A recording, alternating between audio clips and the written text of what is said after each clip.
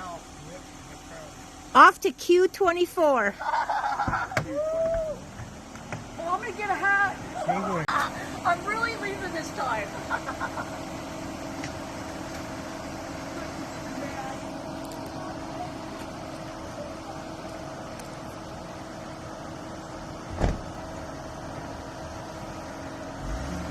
Thanks, guys. See ya.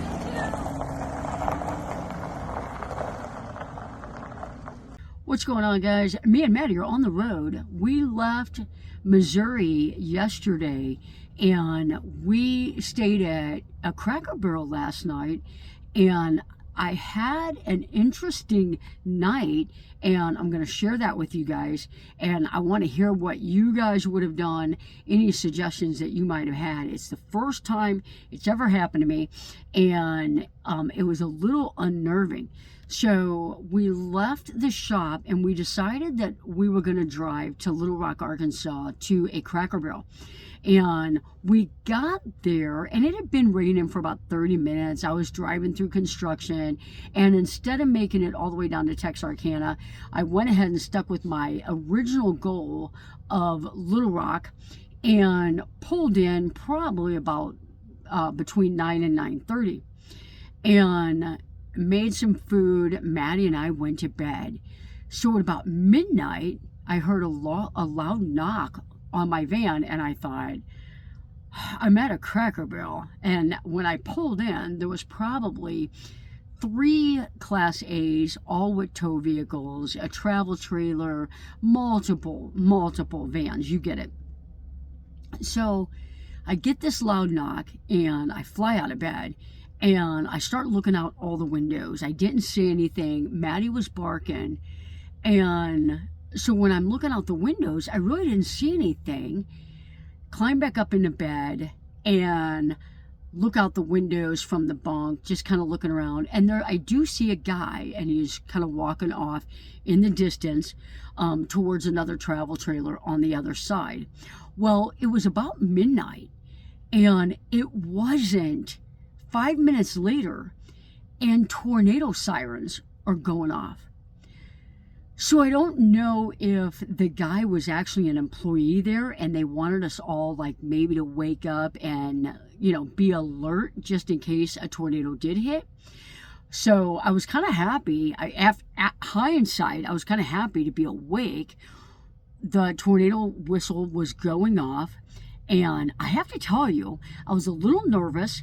I called Kelly, and I really wasn't sure what I should do. So Kelly and I talked about it. At first, I thought I'll seatbelt myself into the driver's seat, and if a tornado comes and, you know, if the van gets blown over, then at least I'm seatbelted in. And then I thought about going to a car wash. So, but then you've got that drive time. So I started looking up car washes. Kelly was looking up car washes because it was going to be an evening, a night of bad weather. Didn't know ahead of time that it was tornado weather until Kelly and I started looking. So I started looking up some car washes, and really a lot of them are those kind that you go to and they wash your van or your car for you. I did find one that was a pull-in, but the concrete walls were not, it was not a concrete building. They were, you know, partly concrete, and then it had a metal roof, which would have helped against hail and that, but I really didn't think it was going to get me a whole lot more protection, you know, so I stayed put. It was raining, did not have any hail. But I was a little worried. I was nervous for Maddie, nervous for myself. And as a child, I hated tornadoes. Instant, just sick to my gut. But we made it through it. And then we had a clearing. Well, at 4:30 in the morning, we were supposed to have more storms. So I was really worried about what I was going to do. Should I set an alarm? I was really nervous. And I talked to Kelly for about another 30 minutes at least after that storm front had come through.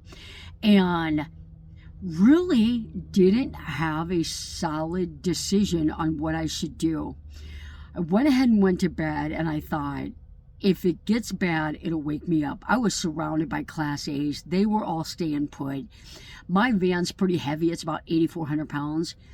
So I stayed put, and surprisingly, I woke up and it was 9 o'clock. So after all the commotion and driving all, the evening, I actually slept in.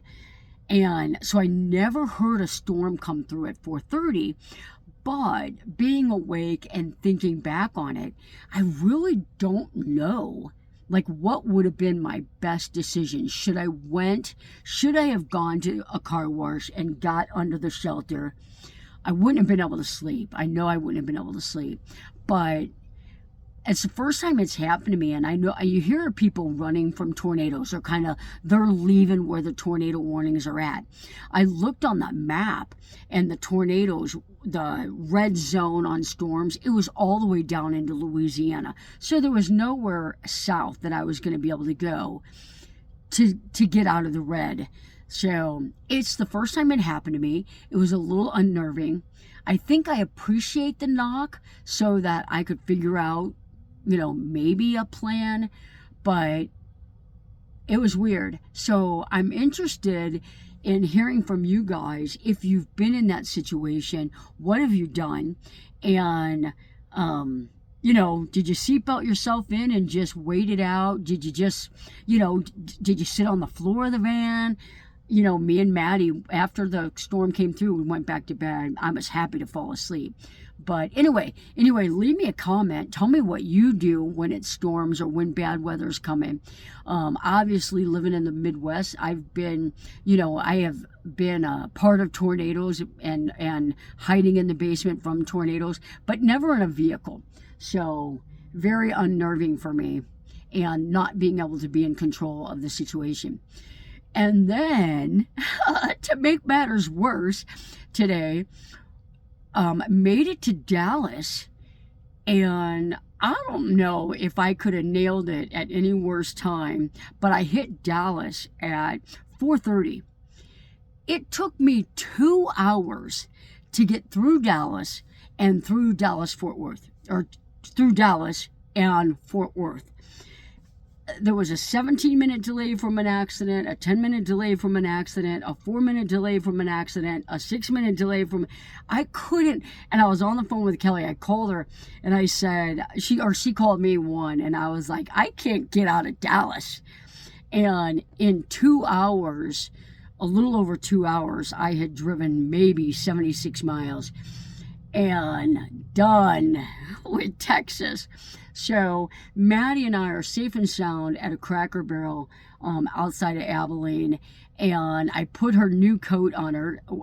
One of the followers, Debbie, got her a new coat.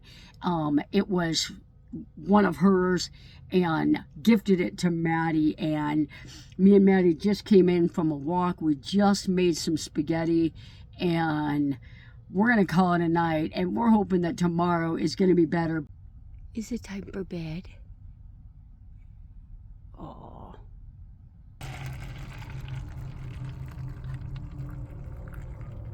It's a travel day. We're up.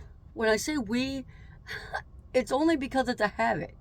Maddie is not awake, and she is likely the second hardest person that I know of to get awake in the morning. I'm not going to call out number one because they know who they are. And it's not Kelly, I'll tell you that. So we're going to wake Maddie up, and I am going to have my cup of coffee. I forgot my favorite coffee cup at home at the shop. But this is going to do, and it's going to fit right in my cup holder. But we may not be able to get Maddie awake. So, slept good. I did put my earplugs in because Maddie's with me. I'm at a Cracker Barrel, and I'm really close to the highway. So I did sleep with my earplugs in. I'm not sure if you guys have ever done that. I never recommend it unless I'm really secure somewhere, because I need to hear what's going on outside. But I needed some sleep last night, so the earplugs went in probably. I laid there probably for about 30 minutes and then I decided to put them in. So let's get Maddie up.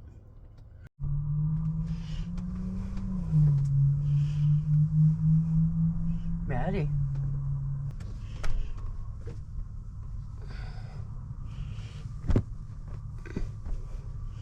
Oh.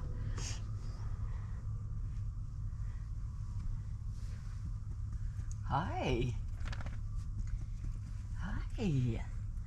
Are you ready to get up? Are you ready to get up? You want to take a drive? Huh?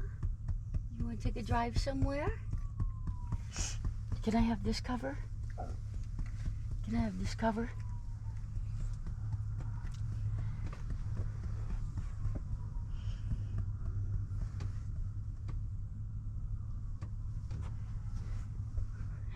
Are you getting up?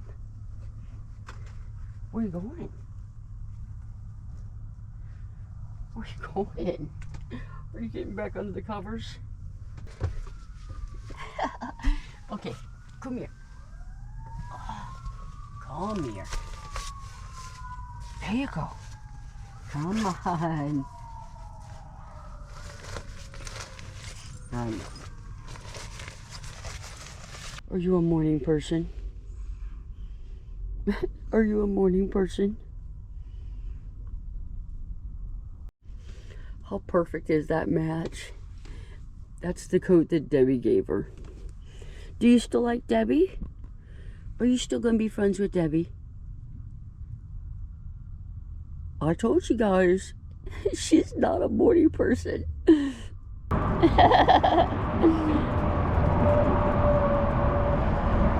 Good doggy, Maddie. Good doggy. Ugh, I spilled my coffee all over my business cards. I feel like every time I come out west, I go home with a cracked windshield. So I've got a chip in it. I don't want it to spider. So got a windshield repair kit. Let's go repair a windshield.